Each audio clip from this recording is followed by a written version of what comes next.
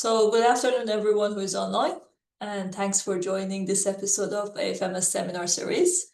Our speaker today is Professor James Moore. He is the Chair in Medical Device Design in Department of Bioengineering at Imperial College, and his research interests are in the area of cardiovascular biomechanics and lymphatic biomechanics. We're very excited to hear your talk, and thank you for accepting our invitation. I'll head over to you and we'll be listening to your talk. Thank you, Azadeh. It's a great pleasure to be with you today. We were just talking before everyone came on that I don't get the opportunity, as many opportunities as I would like to talk to other fluid mechanicians. I am usually trying to convince biologists that you can't have turbulence when the Reynolds number is 1. So I'm glad to be here and amongst this community. And thank you again for the honor of talking to you. So what I'm going to tell you today is about some research that we've been doing in the lymphatic system for several years now, trying to understand its pumping characteristics. It actually pumps in a very different way than the cardiovascular system.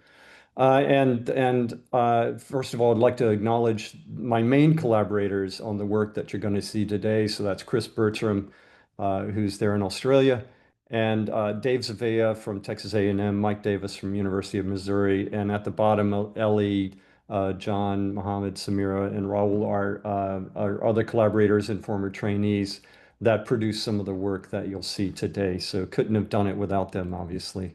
So I'll tell you a bit about the lymphatic system. Its basic job is to return interstitial fluid to the blood. So as blood circulates around the body, so it goes in out of the heart into the arteries, through the capillaries, and then back to the heart through the veins, there's a net leakage of fluid out at the capillary level, and that fluid has to be gathered up and returned to the blood system. Otherwise, you end up with fluid imbalances and tissue swelling and lymphatic dysfunction also can cause immune system dysfunction. So it's a serious problem, more serious than just swollen tissues. And I'll show you an example of tissues that can become swollen in the presence of lymphatic dysfunction in the next few slides. So in its job in collecting fluid, it's actually quite porous at the initial lymphatic level down there at the bottom of the slide. There we go. I got the laser pointer working. So these initial lymphatics are actually very porous. They'll any fluid can come in, proteins, even cells, dirt, debris, bacteria, all of these things. So if you get a cut in your skin, and bacteria gets into it, your lymphatic system will take up that bacteria. And obviously, you don't want that dumped straight into the bloodstream, otherwise it could just kill you right away. So what the part of the job of the lymphatic system is to process that some of those antigens, those things that can harm you as they come in to the lymphatic system. And that's the job of the lymph nodes. So you have 500 or 600 lymph nodes scattered throughout your body. And right at the end of the talk, I'll show you a bit more about what a lymph node looks like. But they are about 2 centimeters across. They're shaped like kidney beans, and they have their own blood circulation. And so their job is to recognize information on pathogens, things that can harm you, and distribute that information amongst the immune cells within the lymph node that then go out all over the body and form, and that's how you form adaptive immunity. So, the next time you're attacked by the same bug, your body knows what to do with it. So compared to blood flow, it's actually quite different. So you may be aware your heart pumps about 5 liters per minute. And your blood pressure, you probably know, goes from 80 to 120 millimeters of mercury in normal health. Your aorta is 2 to 3 centimeters in diameter. So it's quite a large vessel. And Reynolds numbers are generally kind of in the neighborhood of about 1,000 at most, and then they would be quite small in the smaller blood vessels and capillaries. But the flow is very, very unsteady. So, your heart beats about once per second. And so the unsteadiness is an important feature of blood flow in the aorta and the larger arteries. Now, by comparison, in the lymphatic system, you get about 5 liters a day being pumped through the whole system, so much lower flow. The pressures can vary. That is not a typo. Negative 50 millimeters of mercury to about 10 millimeters of mercury. And then they're very small vessels as well, on the order of about 2 to 3 millimeters at most. So most of the lymphatic system, most of the lymphatic vessels in your body are under a millimeter in diameter, and they have the job of returning all of this fluid into the blood system, with the return point kind of shown schematically here, but that return point is in your shoulders in the subclavian veins.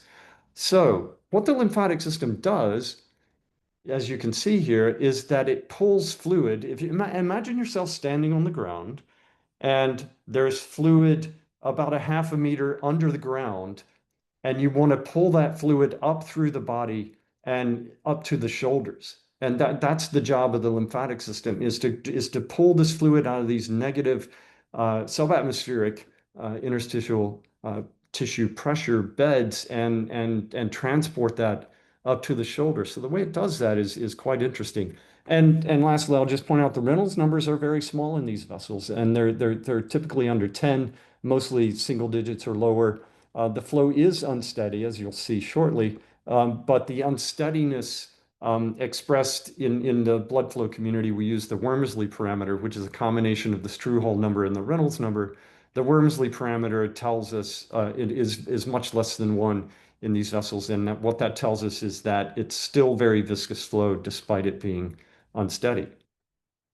So here's a table showing you some of the interstitial tissue pressure. So you can see in the eye, it's quite negative. On the lung side of the diaphragm, it's also in the neighborhood of about negative 50 millimeters of mercury. And really, there are not many tissues where the interstitial tissue pressure is positive. Most of your body exists at negative interstitial tissue pressures. So that's quite a challenge. And there's no central pump. So each individual lymphatic vessel has to do its own pumping. So the diseases that can occur with the lymphatic system, well, if you look at deaths due to cancer, about 90% of them are due to secondary tumors. So a breast cancer patient, for example, doesn't die because of the tumor in the breast. They die because the tumor cells got into and through the lymphatic system, and then set up camp in another part of the body, typically the brain, the bone marrow, or the lungs. And it's those secondary tumors that cause 90% of all cancer deaths. So if we could stop cancer from getting into and through the lymphatic system, that's a big dent in cancer deaths. So when breast cancer surgeons do surgery on breast cancer patients, they will take out lymph nodes from under the arm to see if the cancer has spread into those lymph nodes. And if it has, then they'll go in and take out more lymph nodes. So you have about 30 lymph nodes normally in the armpit, and they'll take out at least one. Sometimes they'll take out all of them. Really the job of that surgeon is to save the patient from dying from cancer. So they'll take out as many lymph nodes as they think is necessary to do that. So in about 20% of breast cancer survivors, they end up with a swollen arm as a result of their treatments. Now, it's not just the surgery. They can follow the surgery with radiation treatment or chemotherapy. And the evidence is a bit scattered, but we think that radiation and chemo increase the incidence of breast cancer-related lymphedema. Now, this picture on the right is kind of a medium case in terms of severity of breast cancer-related lymphedema. I've actually seen much worse, and it's quite a serious disease. It causes a lot of depression. A lot of these women can't go back to work. They don't want to go out in public. It's absolutely terrible. And so if you think about breast cancer being arguably one of the most common cancers for humanity as a whole, and certainly the most common in women, 20% of them ended up with a swelling arm. This is a big number, right? So we think there are in the neighborhood of at least 3 million women suffering from breast cancer-related lymphedema in the US. And this can happen with other cancers too. So pelvic cancers, head and neck cancers, it's actually much higher than 20%. in terms of incidence of lymphedema. So overall, there are about 10 million people in the USA alone, and by population, you can predict how many there would be in Australia suffering from lymphatic diseases overall. And that's more than all of these terrible diseases that I'm sure you've heard of here combined, but maybe you haven't heard of lymphedema. So that's part of my educational mission today is outreach for recognition of this terrible disease. Now, in resource poor settings, you can have a form of lymphedema that occurs due to parasite infection.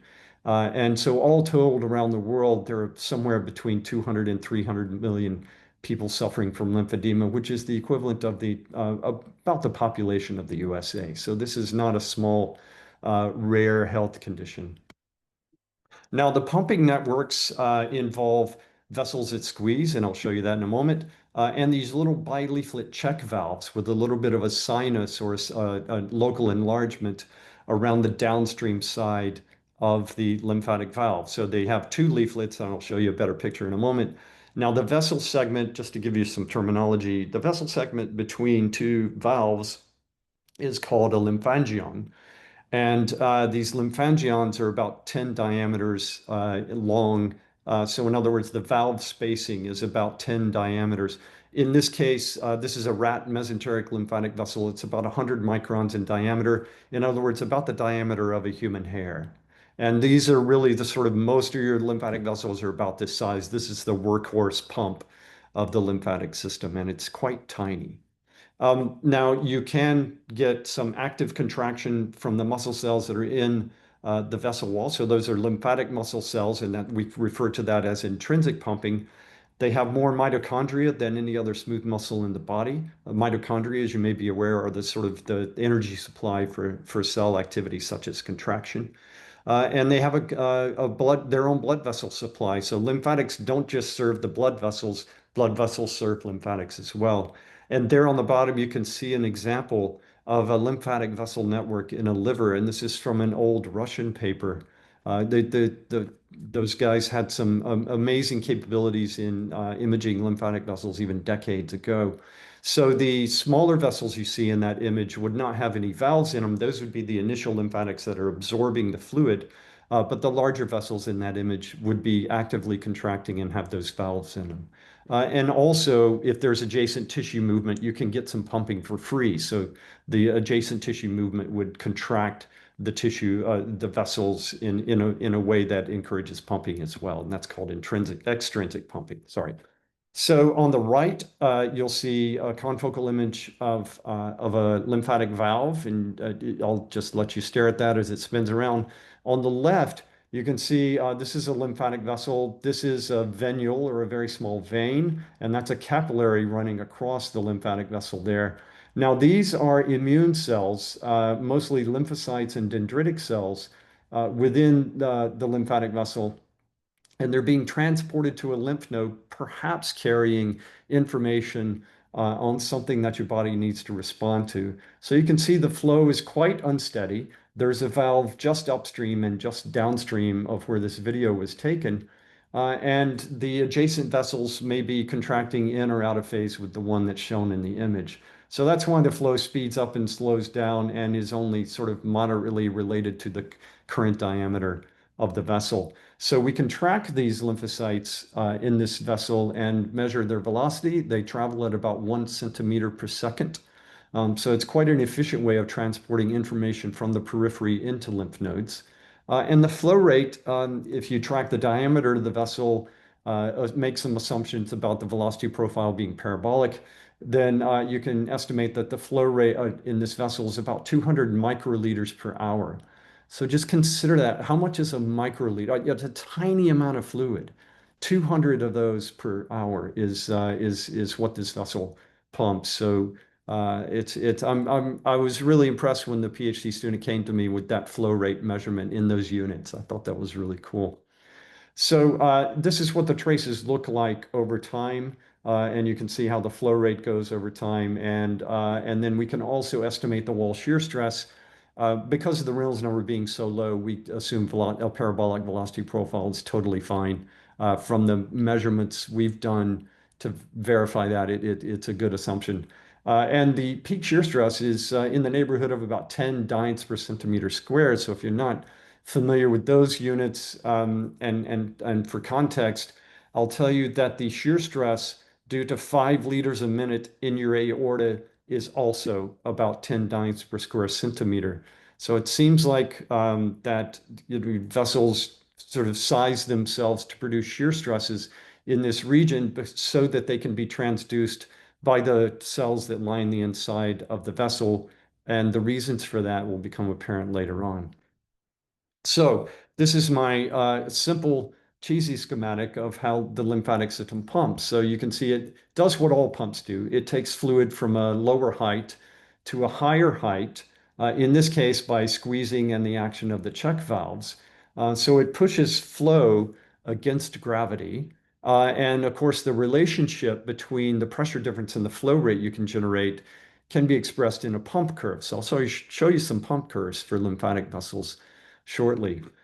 So we can actually do that experiment as well. So this is a cannulated rat mesenteric lymphatic vessel. It's been removed from the rat and cannulated with tiny tubes, again, smaller than a human hair, and with pressure vessels upstream and downstream so that we can judge the pumping activity of the vessel. So you can see this is the valve state of the downstream valve. So 0 is closed, 1 is open.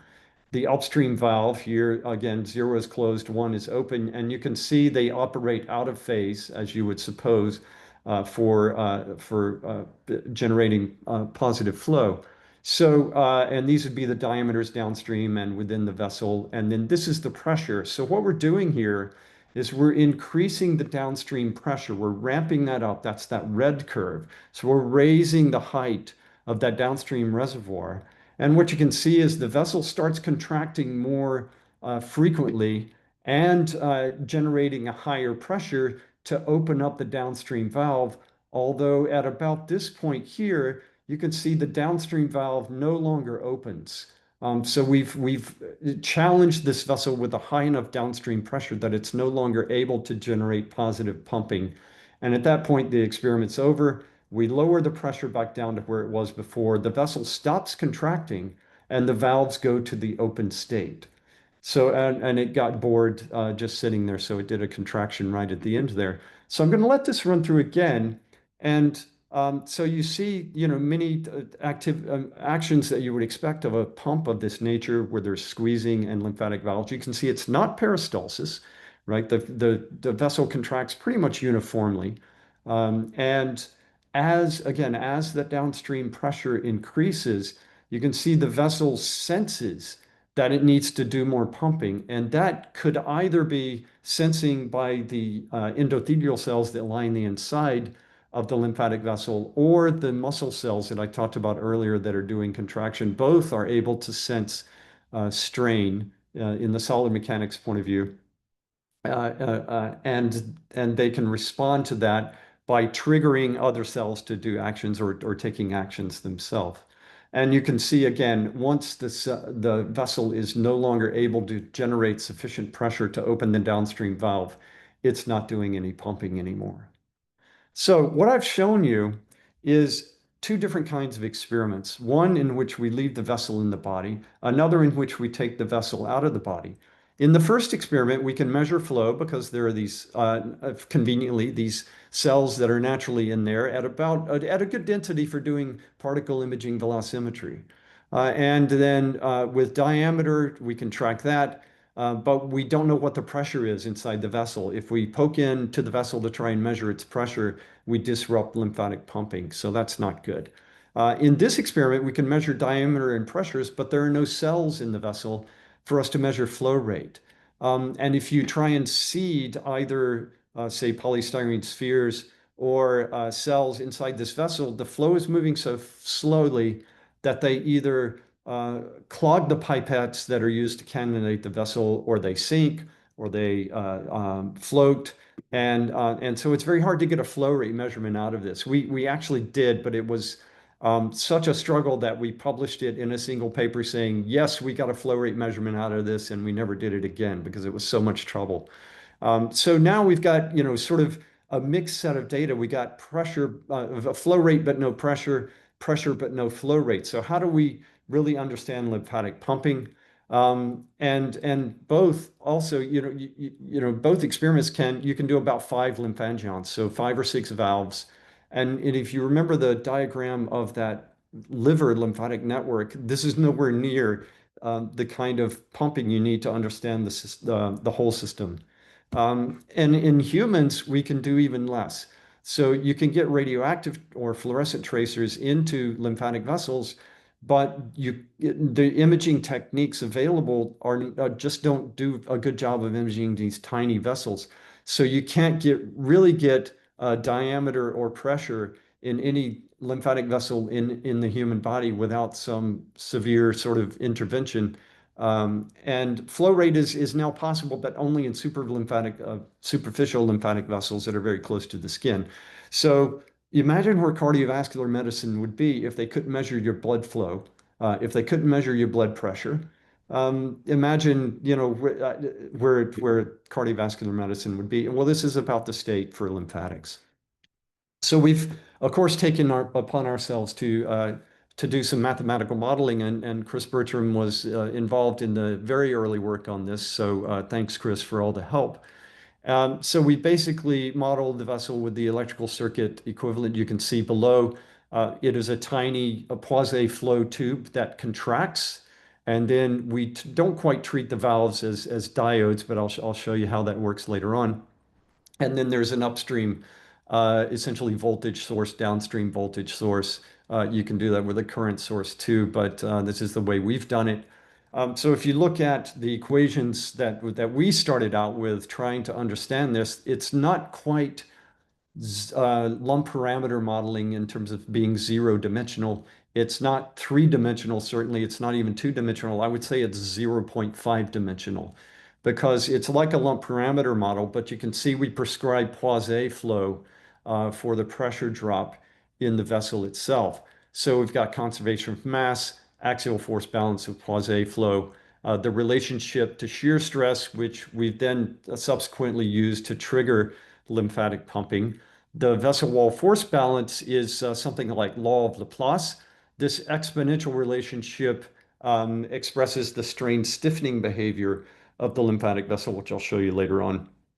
And then there's an active vessel contraction. So this is not this is the initial set of equations we set up. The equations we ended up publishing in subsequent papers got more and more complex, but it gives you an idea of the system of equations that we mash together, and what we end up with is a first order ODE for diameter, which you think, okay, great, that should be pretty simple, but look at all this. This is diameter to the 4th power, 3rd power, some weird exponential thing. This is nonlinear as hell, and it's not an easy first order ODE to solve. So hats off to Chris and his team at University of Sydney for helping with the solution.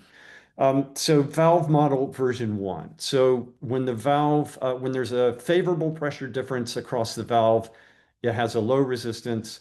And when there is an unfavorable pressure difference across the valve, a sufficient unfavorable pressure difference, it closes, and then you just pick some very high value of resistance here, and it acts like infinity to the vessel, and this sigmoidal shape gives you something that doesn't make the numerics go crazy. And you can see we have a slight offset here because what we found based on our experiments is that lymphatic valves are biased in the open position, which I'll come back to. All right, so this is a 4 lymphangion chain simulation. So our muscle contractions are happening 90 degrees apart for each subsequent lymphatic vessel, lymphangion. And you can see it's very simple. It's a sinusoidal input of muscular contraction, which, because of the nonlinearity in the system, creates these sort of non-sinusoidal variations in diameter. And you can see there's the upstream vessel, the next one downstream, the next one downstream, and they get smaller because the pressure drop going in the direction of the flow, sort of as changing dynamically, obviously, in time. The overall pressure difference across this chain of 4 vessels is the difference between these 2 lines here. And you can see that the pressures exceed the downstream pressure here, so we would have positive flow in these phases and then a bit of backflow or that shuts the valves in down here. So if you plot flow rate versus time, you get something like that through the four vessels, and it's not identical because of course they're contracting each one independently with time. Now, if we plot this in a pump curve, so this is a pressure drop, flow rate, traditional pump curve type of arrangement here.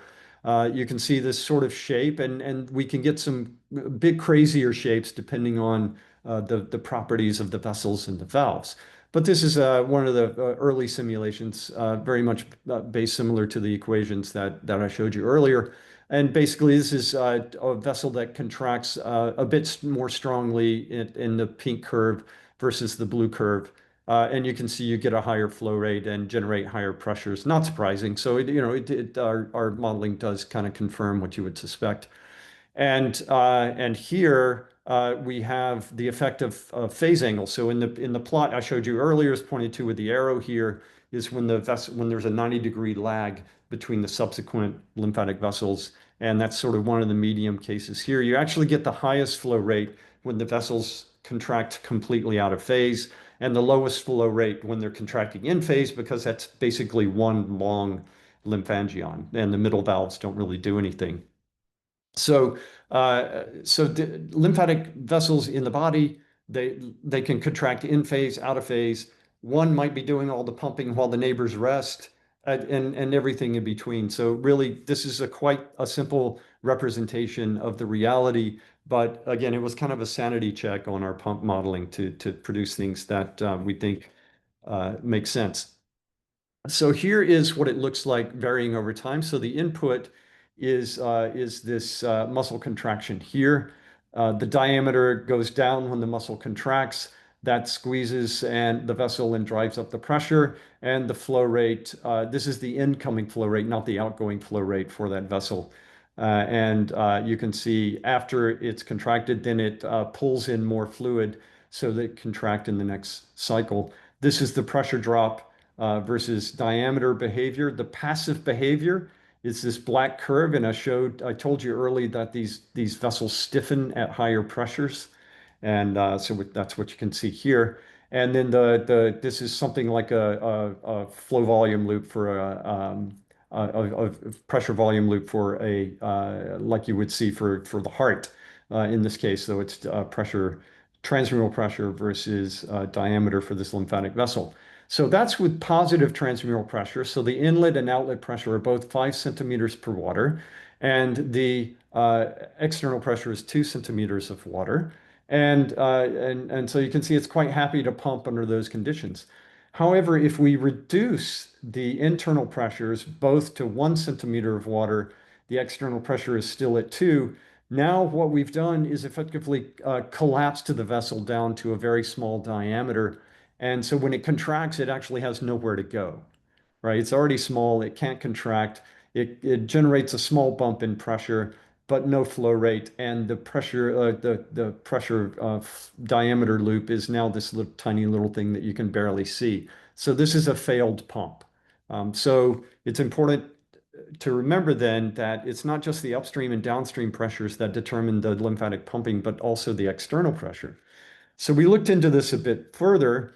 And so this is external pressure on the horizontal axis, and the flow rate you can generate on the vertical axis. So if you've compressed the vessel, you drive down the flow rate. That's what I was showing you in the last slide there. And if you pull a slight vacuum on the pressure, actually you can, on the vessel, you can actually maximize the flow rate. But if you pull on it too much, the flow rate starts to go down again. So again, what's happening here is with a high external pressure, you've compressed the vessel. When it contracts, it can't generate any stroke volume. At the peak here, you've pulled the vessel open, but not to such a degree that it can't contract itself back down, and you generate the maximum flow rate. And then down here, basically, you've pulled on the vessel so hard that it has trouble contracting and it can't generate so much flow rate.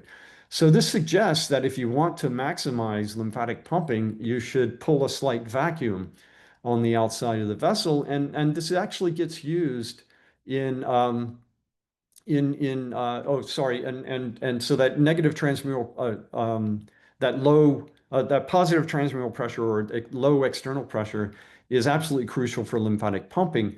And another way that you can generate this would be to tether the vessel elastically from the outside so that when it contracts, the adjacent tissues pull it back open, regardless of the pressure. So that's another way that we think lymphatic vessels are able to pump in the presence of subatmospheric pressures. And so this is actually used for treating lymphedema, in this case in the lower limbs. You can see this patient with their legs and this is actually this technology is invented by NASA to prepare astronauts for space travel. So there's a seal right at this point here where the black thing is, and there's a cyclic vacuum being applied to the patient here. Now, the manufacturer of this technology says that this helps the filling of initial lymphatics, which might be true, and encourages new vessel growth. That might be true as well, but there's very little proof for either of these because you can't measure anything, particularly when this patient is in a vacuum tube like this. Um, so I'd like to tell you a bit more about the valves now.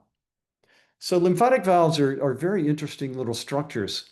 And we've done some quite sophisticated imaging of lymphatic valves. So this is nonlinear optical microscopy or multiphoton microscopy, which you may be familiar with. And again, this vessel is about the diameter of a human hair. And what we're doing is we're slicing through the vessel from the top to the bottom. So you can see the valve leaflets here. They're composed entirely of elastin, which is like rubber in the body, and collagen is literally leather. So it's that you can see there's in the vessel itself, there's collagen on the outside and elastin on the inside. And then the valve itself is the leaflets are mainly composed of elastin. So the leaflets are very flexible, but look at that green band right there. And it'll show up again once we get to the other side of the vessel. So that's sort of like a buttress for the edge of the valve to be attached. There it is on the other side. So that's like a buttress for the attachment of the valve to the vessel. So you want that attachment to be quite strong, but you want the middle of the valve to be quite flexible so that it can open and allow flow to go through. So of course, we've done some FSI modeling of this. And I hope the quality is okay with this. These movies are actually a few years old, so I hope that's still showing up okay. So what you can see here is a product of low Reynolds number flow. So in a valve like this, where the cross-sectional area is pretty small coming through the tip of the valve here, you would expect there to be kind of a jet emerging out of here, but this is again, this is Reynolds number of about unity here.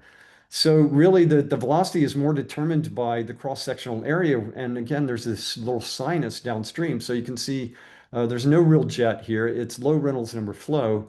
So what this means is that the resistance to forward flow of that open valve actually ends up being one of the important things in determining viscous dissipation in the lymphatic pumping system. So we spent a fair amount of time trying to understand the resistance of the open valve, and there's a pressure contour there, which tells you what you would expect to see. And just note that the pressure is fairly uniform across the vessel. Again, a low Reynolds number phenomenon. Now, well, as we're sort of doing experiments on valves, one thing that we've noticed is that they have this bias towards opening that I mentioned earlier. So it's actually, this is the pressure drop necessary to open a valve. And you can see it's quite low. They open very, very easily, but it takes a higher, switch the other way, change the sign, obviously, a higher pressure difference to close the valve than it did to open it. And then this depends on the baseline pressure. So the internal pressure, if you want to think of it in terms I was speaking earlier, transmural pressure. So as you raise the transmural pressure, it becomes harder to close the valve because the valve leaflets are attached to the wall and the pressure makes the vessel slightly larger. Now, the red curve here is the passive diameter of the vessel, and I told you they are strain stiffening, and look at that. They go from being very, very flexible to almost completely stiff like lead pipes. It's amazing the nonlinearity and the pressure diameter behavior. And so you can see here that this increase in pressure drop necessary to close the valve is big in this sort of floppy region of the pressure diameter curve. But once the vessel locks up, then it sort of tapers off. So with Chris and his team at Sydney that have developed some very sophisticated ways of of modeling this, we've been able to understand the implications of this on lymphatic flow. And I unfortunately don't have time today to go into those details, so I'll just point you to the papers. Most of them have Chris as first author. And now the other thing we've done is more of a mass transport problem. So nitric oxide, as you may be aware, is a very important vasodilator in the cardiovascular system, and it has a similar action in the lymphatic system. Uh, we are pretty sure that it's produced in greater quantities by lymphatic endothelial cells that are subjected to higher shear stress. So in terms of production, they get produced by these lymphatic endothelial cells that are on the inside of the on the the upstream side of the valve leaflet. But then if you look at where the nitric oxide concentration is highest, once it gets transported by the flow and by diffusion, obviously, because this is kind of low-ish Peclet number flow here, or transport, you can see it actually collects in sort of what we would expect to be like a stagnant flow region around the valve. And we think this is important for triggering the migration of cells across the sinus around the lymphatic valve. And sure enough, we've seen experimental evidence that a lot of cells that are surrounding the lymphatic vessels, if they need to get into the lymphatic vessel, they generally go in through the sinus there. So maybe they're being attracted by that higher concentration of nitric oxide. So there's a lot of interesting mass transport as well. So what I've shown you today is a bit about pumping analysis, so the importance of transmural pressure and tethering. And this is really the key to lymphatic vessels being able to pull fluid from subatmospheric tissue beds. So it works kind of like a turkey baster. So if you ever cooked a turkey, you know, you have this turkey baster that has a bulb on it and then a tube, right? And then you dip the tube into the juice and you squeeze the bulb before. So you contract, but the real key to a turkey baster is not that you squeeze the bulb, it's that you let it go. And that's how it sucks up fluid, and then you squirt it on the turkey, right? So this is the mechanism for lymphatic suction, and actually the mechanism behind the creation of subatmospheric tissue pressures throughout the body. And so it's an important physiologic mechanism. There's a lot of potential for edema management in understanding these flow patterns and the pumping behavior. And we've also gotten into feedback control between the endothelial cells and the lymphatic muscle cells. And we published many papers on that again. And just another thing I don't have time to tell you about today. Valve performance is quite complex, and they're biased towards the open state in a manner that depends on the transmural pressure. And then the nitric oxide, I just showed you that. So where are we going? Well, I've become very interested in lymph nodes, and I'm going to show you just a couple of slides on that. And there are lots of reasons to try and understand that. I've also invented a device that we hope can prevent lymphedema in breast cancer patients. So if you're interested in more kind of the med tech side of the activity in the lab, then that's the website of the company that is developing the implantable device. And really, we're trying to branch out, particularly in looking at lymph nodes, into vaccine design, looking at transport of cancer metastases, and bacterial infections that can actually set up residence inside lymph nodes. Fascinating phenomena. So this is what a lymph node looks like. You have T lymphocytes in these regions in the middle, and you have B lymphocytes here that communicate to each other in fascinating ways. But in terms of flow structure, you've got these incoming lymphatic vessels. So there are three shown in this diagram here. And at the entryway, there's sort of this parallel plate flow region called the subcapsular sinus. It's about 10 to 20 microns in height. And so when the fluid from the lymphatic system comes in, it sort of flows around the subcapsular sinus before it dives into the meaty middle part of the lymph node, which is like a porous medium. And so this is one of the blood vessels running through the lymph node. And this is where most of the immune cells would be. So it's quite a tightly packed porous medium with millions of lymphocytes inside each lymph node. We've done some porous medium modeling of the flow in a lymph node, and most of the flow actually goes around the side. Very little goes into middle under normal conditions, but when you respond to something, responding to a vaccine or an infection, those flow patterns change completely. So that's a fun thing to look at. And this is what the blood vessel network looks like inside a mouse lymph node, which is only about a millimeter in diameter. So imagine, lymph nodes being an order of magnitude larger. The human lymph nodes and that blood vessel network must look pretty complex. So summing up, first of all, because you're fluid mechanicians, I hope I've made the point that lymph flow is not boring. Low Reynolds number flow, I don't think is boring. I initially had that bias when I started doing lymphatic system research, but then I don't think it is anymore. So lymphatics are super important in health in many disease states. I'm happy to share more information. You can email me or you can find the papers on Google Scholar. Now, I realize, I presented 0.5D lump parameter modeling, completely laminar flow, very quite simple mass transport, porous medium modeling.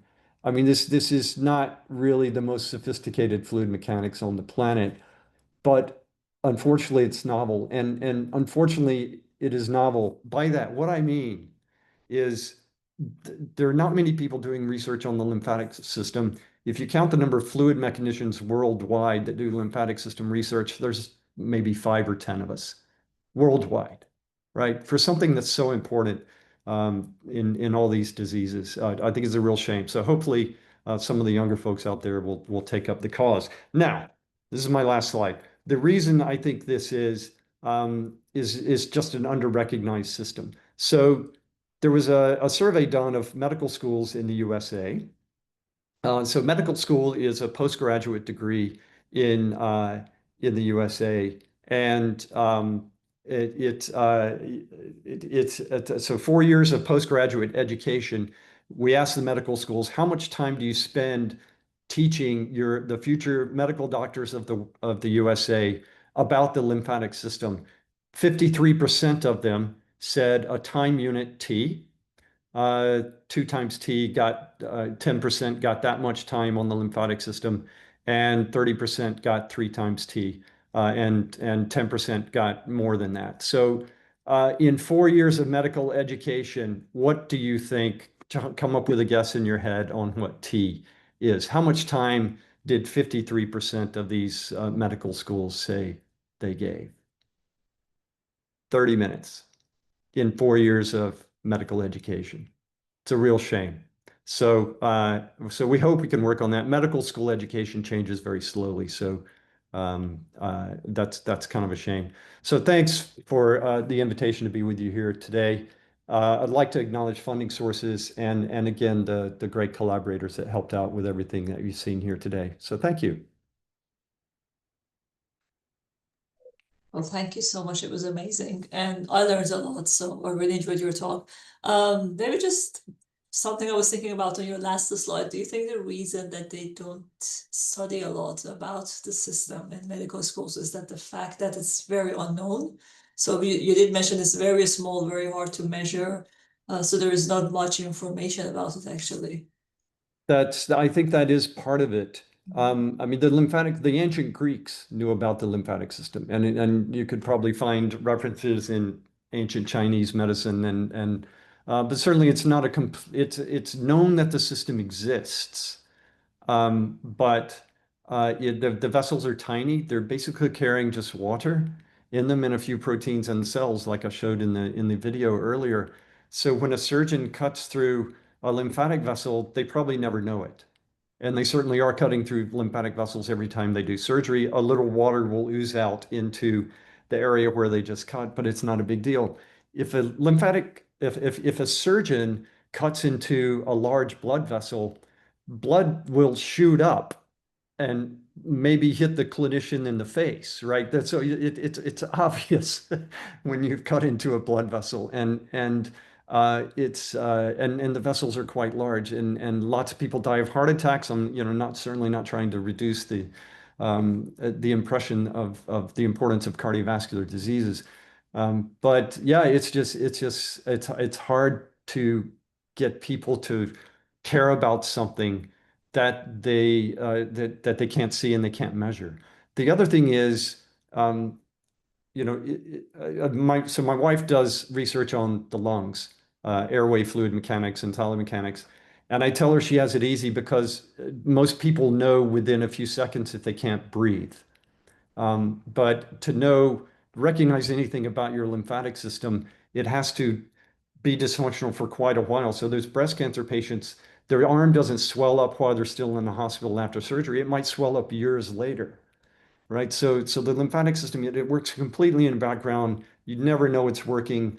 And the only reason you would know it's not working is a little bit of swelling. So I think there are multiple factors to it. Yeah, yeah, that's very interesting, I would say. Do we have any question from audience? Feel free to speak up, or I see we have a question in chat. Let me just read this one. So Navid is asking, very impressive talk. Can you comment on the similarities between lymphatic vessels and the small arteries, such as coronary arteries? Coronaries have also muscle contractions, and the flow inside is pulsatile. However, they don't have mechanisms such as lymphatic valves. Yeah, so coronary arteries are typically 3 millimeters in diameter at the largest coronary arteries. And the Reynolds number is about 200 going through a coronary artery. Lymphatic vessels, it's under 10. So it's quite different flow conditions, much lower flow rates in most lymphatic vessels compared to coronaries. The yeah, and coronary arteries do have muscle cells in the wall, but they are smooth muscle and they contract quite slowly, like over several seconds. Lymphatic muscle cells are very interesting, actually. They can contract very slowly, like the smooth muscle in arteries, but they can contract very quickly to do that pumping. And you saw that in the video, right?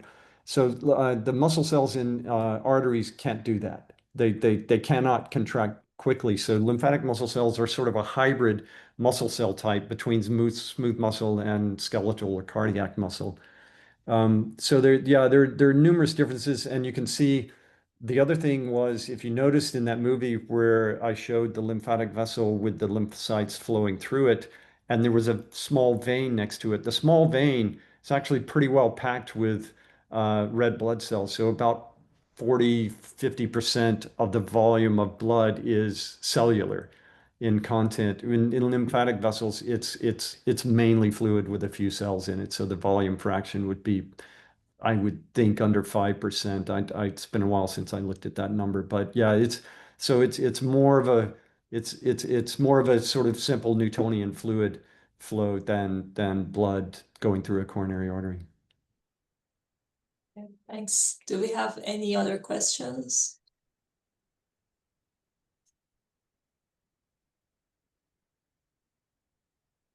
Let me just ask one other thing myself. The experiment you showed with the animal model, I was really curious on how those measurements were done. Because it's very tiny, so everything is like really small scale.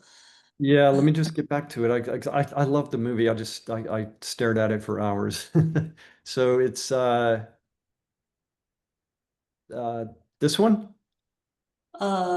yes, yes, Yeah, this and the other one. Yeah, both of them I was thinking, it's just amazing how these measurements were done. Yeah. yeah. So your lymphatic system is very important for immune function. So you have lots of lymphatic vessels in locations where you're likely to be attacked. So under the skin, so if you get a cut, you need to defend against bacterial invasions there. And in the lungs, you have a lot of lymphatics in case you inhale something bad. And in the gut, you have a lot of lymphatics in case you eat something or drink something bad. And so That's the mesentery is very full of lymphatics. So if you take the rat mesentery and spread it over a microscope stage, you'll immediately you'll see some lymphatic vessels. So they're quite easy to find. Of course, it's not great for the rat to have surgery like that, or it wouldn't be great for a human being either. But that's a great way for us to be able to see these vessels, and so it's quite the experiment of getting this movie is quite simple. The processing required to get velocities out of this is not simple. We have to shoot this at a high speed, high frame rate, because with microscopy, you're amplifying space but not time. And while they're moving at a centimeter per second, the width of this image is under a centimeter, right? So we have to have a high frame rate to capture the movement of those cells accurately enough to be able to estimate their velocity. So we would typically shoot at a few hundred frames per second. Um, and so that's quite a challenge. And how long would you need to get this measurement for this kind of? Uh, so in the early days, we had what you might call a sweatshop of undergraduate students manually tracking these cells. Now we can do this in an automated way. But so yeah, it would take us several days to process a few seconds worth of data.